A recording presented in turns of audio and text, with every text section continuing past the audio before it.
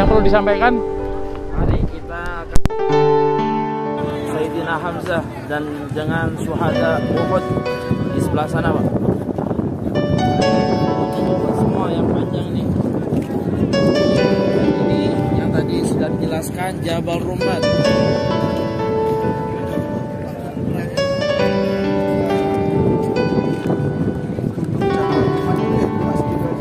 Udah terkikis kan. Cuman ketinggiannya kayak gitu. Jadi di bawah ini agak lembah. Nggak setinggi ini ya? Nggak setinggi ini.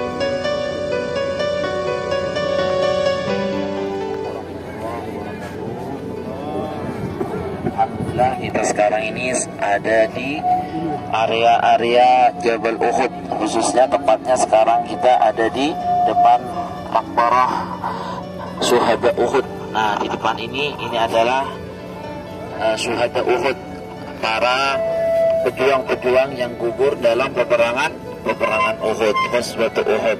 Nah, jadi di depan kita ini salah satunya ada mamah dari baginda Nabi Muhammad SAW, yaitu Sayyidina Hamzah yang dikenal dengan Asadullah wa Asadur Rasul.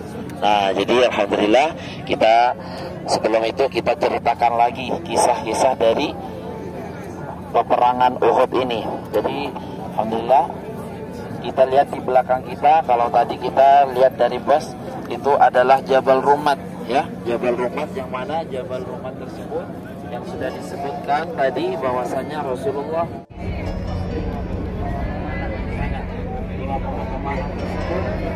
apapun keadaannya jangan sampai turun ke medan peperangan ini. Jadi medan peperangannya itu di sini dulunya. Nah, di lembah-lembah sini. Jadi ini nggak setinggi ini dulu, jadi lembah. Nah, setelah itu Rasulullah SAW ini mengutus 50 para pemanah.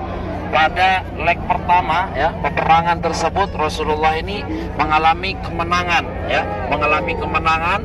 Nah, setelah itu karena para pemanah yang di atas tersebut tidak semua turun, cuman kebanyakan sudah turun.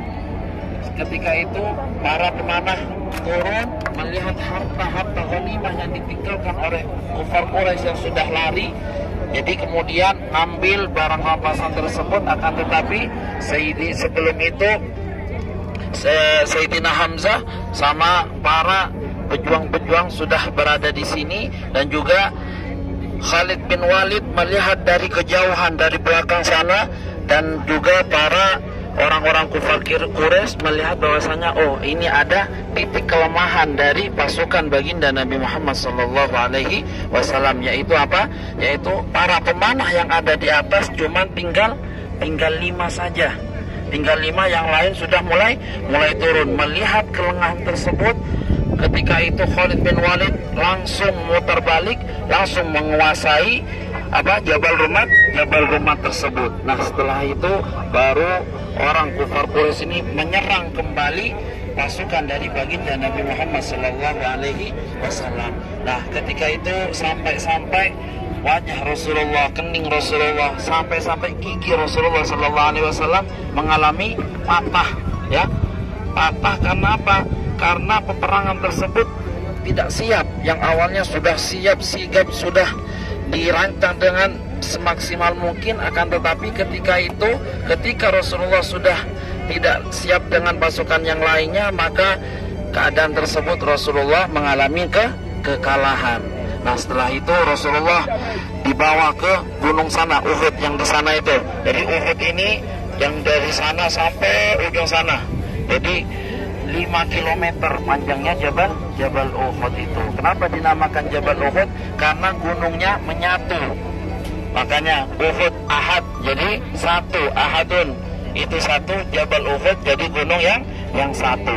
Kalau yang lain gunung-gunung tersebut tidak menyatu. Nah, setelah itu Rasulullah SAW ditaruh di sana sampai putri dari Rasulullah SAW, yaitu Sayyidatuna Fatimah.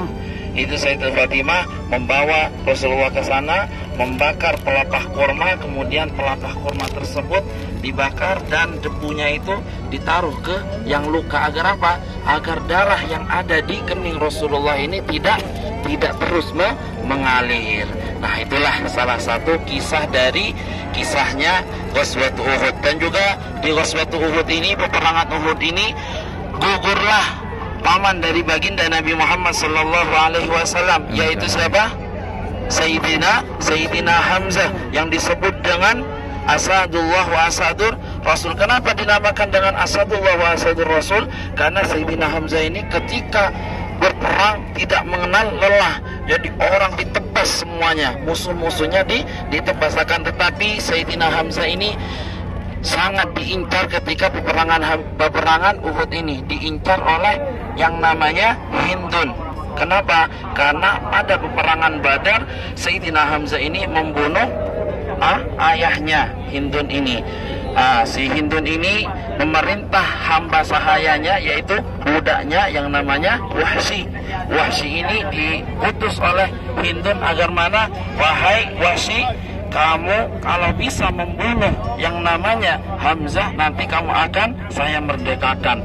Kalau hamba itu udah dijanjikan seperti itu, kalau udah dijanjikan seperti itu, pastinya dia semangat untuk berperang, untuk melakukannya. Jadi Wahsy ini emang siap dari kejauhan, melihat terus. Melihat apa? Melihat pergerakan dari Sayyidina Hamzah. Sampai-sampai dadanya Sayyidina Hamzah ini ditompak oleh Wahsy. Dan tidak cukup sampai situ saja.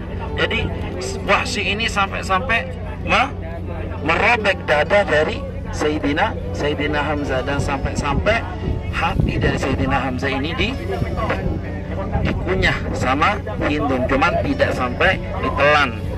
Nah, itulah salah satu kisah dari Sayyidina Hamzah dalam peperangan Uhud ini. Mari kita sama-sama berziarah ke Sayyidina Uhud atau para syuhada Uhud dan juga Sayyidina Hamzah. Mari kita hadap ke syuhada Uhud ini. Bismillahirrahmanirrahim. Bismillahirrahmanirrahim. Assalamualaikum ya syuhada Uhud.